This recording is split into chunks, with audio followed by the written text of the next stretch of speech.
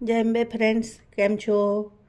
તો આ મરચાં જોઈને તમને ખ્યાલ આવી ગયો હશે કે હું મરચાં કોરા ભરવાની છું, એટલે સુકવણી કરવાની છું મરચાંની, કાટલી જેને ગુજરાતીમાં આપણે કહીએ, બરાબર ને?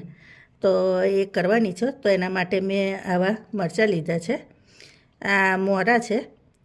અને જો તમે તીખા થોડા ગમતા હોય તો થોડાક તીખા લેજો. તો આવી રીતે આ મરચાં લઈ લેવાના અને 800 ગ્રામ છે વજનમાં. તો પહેલાં આપણે મરચાંને કાપા કરી લઈએ. તો આવી રીતે મરચાં લેવાના, એને ઉપરથી આવી રીતે અંદર હોય ને ત્યાં કટ નહીં મારવાનું, આવી રીતે ઉપર જ મારવાનું. અને આમ કરી અને આખી ચીરી કરી દેવાની. જો આવી રીતે. પછી તમને એવું લાગે કે આ બિયા નથી રાખવા, કાઢી નાખવા છે, તો આવી રીતે આપણે એને કાઢી નાખવાના. અને રવા દેવા હોય તો તમારે રવા પણ દેવાય, બરાબર? એ તમારી ચોઈસ છે, તમને જેવું ગમે એવું. તીખા બિયા કાઢશો તો મોરા થશે, અને બિયા રાખશો તો થોડોક તીખો ટેસ્ટ આવશે, બરાબર? તો આવી રીતે આપણે બધા જ મરચાં કાપી લેવાના. હું તમને ફરી એક બીજું બતાવું એવી રીતે. અને આ થોડાક વાસી છે, બને ત્યાં સુધી જો તમને ફ્રેશ મળે ને તો ફ્રેશ જ લેજો, બરાબર? તો આવી રીતે જો કટ કરી લીધો, આવી રીતે સહેજ પોલું કરી દેવાનું અને એને આમ ખોલી નાખવાની, બરાબર? અને આ બીયા તમારે ના રાખવા હોય તો આવી રીતે કાઢી લેવાના. તો આવી રીતે આપણે બધા મરચાં કાપા પાડી લઈએ. તો જુઓ, આવી રીતે બધા જ મરચાં મેં કાપા પાડી લીધા મરચાંના, બરાબર? હવે આ મીઠું લીધું છે, આશરે 4 ચમચી છે.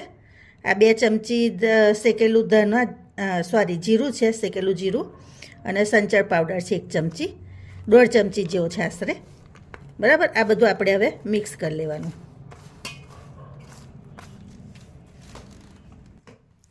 હવે આ મિક્સ કરી દીધું છે. હવે આવી રીતે મરચું લેવાનું અને એની અંદર તમારે આવી રીતે ભરતા જવાનું. જુઓ,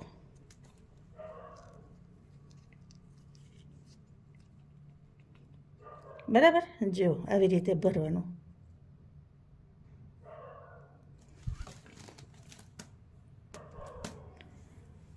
તો જો એવી રીતે હું બીજું ભરી બતાવું. આને થતાં 3-4 દિવસ થશે, બરાબર? તમારે આવી રીતે બધા મરચાંને ભરી દેવાના. મીઠું છે ને તો થોડુંક વધારે ઓછું, એ કેવું તમારે ટેસ્ટ પ્રમાણે થોડુંક તો નીકળી જ જશે, જેમ જેમ સુકાશે ને એમ. આવી રીતે જુઓ. તો આવી રીતે હું તમને એક નજીકથી પણ ભરીને બતાવું.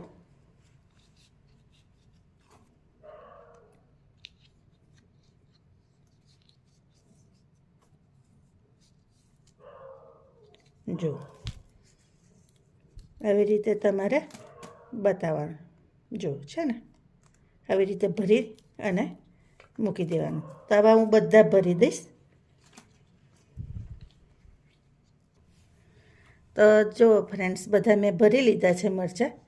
હવે આને આખી રાત આવી રીતે રવા દઈશું, એટલે આનું પાણી છે ને છૂટું પડશે. અને પછી સવારે તમારે શું કરવાનું, એ પાણી કાઢી લેવાનું અને પછી એને કોરા કરી દેવાના. એ હું પાછું તમને બતાવીશ. તો હવે આપણે આને ઢાંકીને રવા દઈશું. તો જો ફ્રેન્ડ્સ, આ આખી રાત મરચાં રાખ્યા હતા. હવે નીચે આવી રીતે પાણી છે, જુઓ, જોઈએ ને? તો આ મરચાંને આપણે આવી રીતે બીજી પ્લેટમાં કાઢી લઈશું.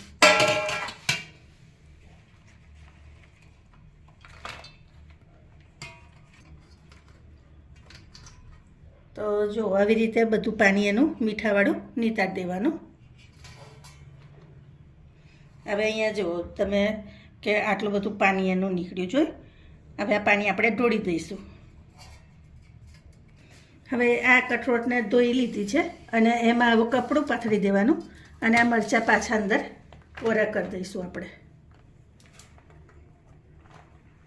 અને આને આપણે થોડાક તાપે સૂકવી દેવાના અને 4 થી 5 દિવસ તાપે મૂકવાના. તો હું હવે આને તાપે મૂકી આવું. ફ્રેન્ડ્સ જો આ 3 દિવસની છે. 3 દિવસે આ મરચાંની કાતલી આટલી સુકાઈ રહી છે, બરાબર. હવે પૂરી સુકાશે પછી હું પાછી તમને વિડીયોમાં બતાવું. જો ફ્રેન્ડ્સ કાતલીનો અવાજ આવે છે, બરાબર. અને હું તમને તોડીને બતાવું તો જો કડક એકદમ થઈ ગઈ છે. હવે આપણે એને ફ્રાય કરી લેવાની. તો હું તમને બતાવું તળીને. તો ફ્રેન્ડ્સ જો આપણું તેલ થઈ ગયું છે, તો હું તમને કાતલી તળીને બતાવું. તો જો કેવી સરસ થઈ ગઈ, જોઈ. આવી રીતે એને તળી લેવાની.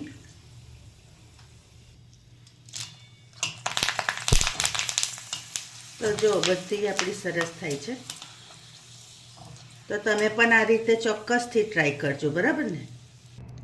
તો જો ફ્રેન્ડ્સ એને તોડીને બતાવું. તો જોઈ એકદમ સરસ થઈ જાય છે. તાપમાં તમે સૂકવશો ને તો 4-5 દિવસમાં મસ્ત થઈ જશે. તો તમે પણ આ રીતે મરચાં સૂકવીને આખું વરસ સ્ટોર કરી શકો છો. આને બિલકુલ કંઈ બી થતું નહીં. એરટાઇટ કન્ટેનરમાં ભરી દેજો. તો ચાલો, તો નવી રેસીપી સાથે ફરી મળીશું. Thank you.